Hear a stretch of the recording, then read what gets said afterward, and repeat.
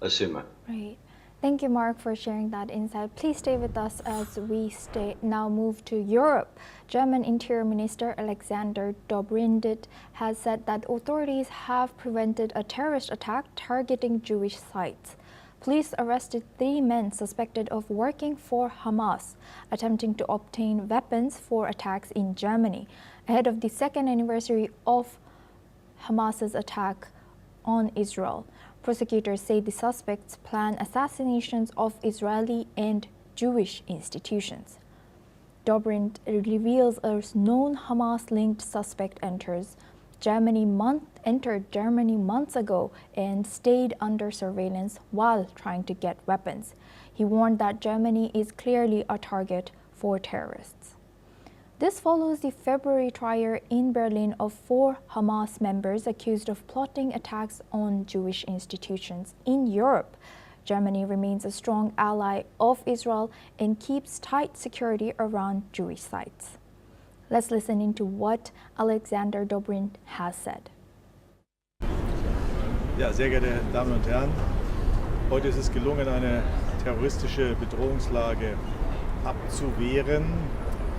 Es waren Terroristen, die der Hamas zuzuordnen sind, die verdichtete Anschlagspläne in Deutschland vorbereitet haben. Die sind seit längerer Zeit, seit einigen Monaten im Fokus der Behörden und unter Beobachtung.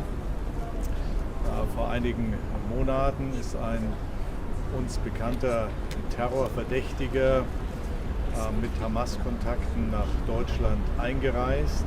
Seitdem ist diese Person unter Beobachtung und hat in dieser Zeit mit Kontaktaufnahmen versucht, entsprechend Waffen und Munition zu beschaffen, um einen Anschlag durchzuführen. Heute sind auch Waffen und Munition sichergestellt worden. Wir gehen davon aus, dass diese Bedrohungslage konkret war.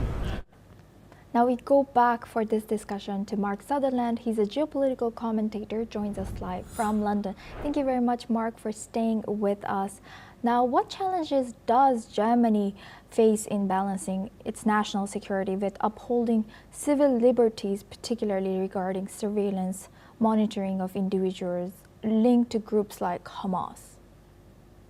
Asuma, this is a continual balance. This is what's going on across European countries, and also as reported from the UK, that they are then following 40 to 45,000 the individuals of this ideology that wishes to do harm to the UK. So this is European-wide. I mean, I could not sadly see the translation of what he is saying. But the other thing to make this point is that Germany, of course, right now has said we are not going to recognize a Palestinian state. They, because of history, understandably, stand by their, which they learned from, stand by their Jewish community, and they're making that very. They're making those statements in regard to the security of Jewish synagogues and German Jewish citizens. Yes, you're right, as in you say, in a balance, because when they have Oktoberfest, the big beer festival, I believe there's just been some explosions in the Munich area over the last couple of weeks, I think, putting down to a domestic issue. But then there's bomb threats, then they have to shut things down and search to make sure that it's all secure for their citizens of Germany. This is a constant, ongoing disruption. We've seen that in Christmas markets where people are using cars as a weapon to then mow down people and kill people. The last thing we want is totalitarianism and tyranny and a complete lockdown. What we have to do is then ask people like Angela Merkel, you open the floodgates in regard to migration that came into Germany. Did you know or check who was actually coming into the country as well? That would have nefarious they want to be do bad to Germany and disrupt that society. That is a problem across Europe and in many other and across European countries. We can name them. Whether that's from Yes. Sweden, France, the UK, etc. But they Yes. need to address this issue and be honest about it. Asuma. And you, building on your answer, Mark, how can these European countries enhance intelligence sharing cooperation to prevent any terrorist threats targeting minority communities and other high-risk sites, while making sure that their democratic values and also their the need for protecting individual freedoms and privacy is protected? Well, this is the conundrum that they're all in, because for some of us who then may seem a little bit cynical, when people in the UK are then going, oh, we need a digital ID to work out who's coming into the country, then the rest of us are turning around and saying, well, we're citizens here. We don't need a digital ID at all. It's very, very simple. Have strong borders and police those borders and make sure that whoever's coming into this country, we should know who they are.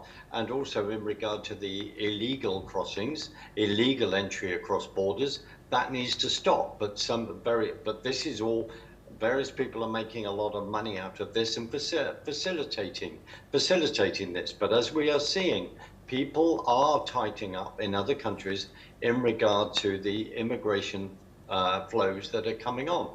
Now, it's all very well the UN then creating what's called the Global Migration Compact in regard to irregular immigration. There are so many people on the move, and it's also a weaponization. You can then say on the extreme that if you actually then disagree with Western civilization, this is one way to attack it and bring it down. Then on the other side, if you are into totalitarian and having control of your citizens, then you will then look at bringing digital ID and bringing other controls, what's said on the internet, etc. And you raise a very, very important question of how do you get that balance? Well, I will say to you that one of the most important things in regard to getting that balance is to have strong borders for each individual country in the first place, so that people know who is coming into their country and checking them out. And that is a very good starting point, I would advise. Asuma. Right.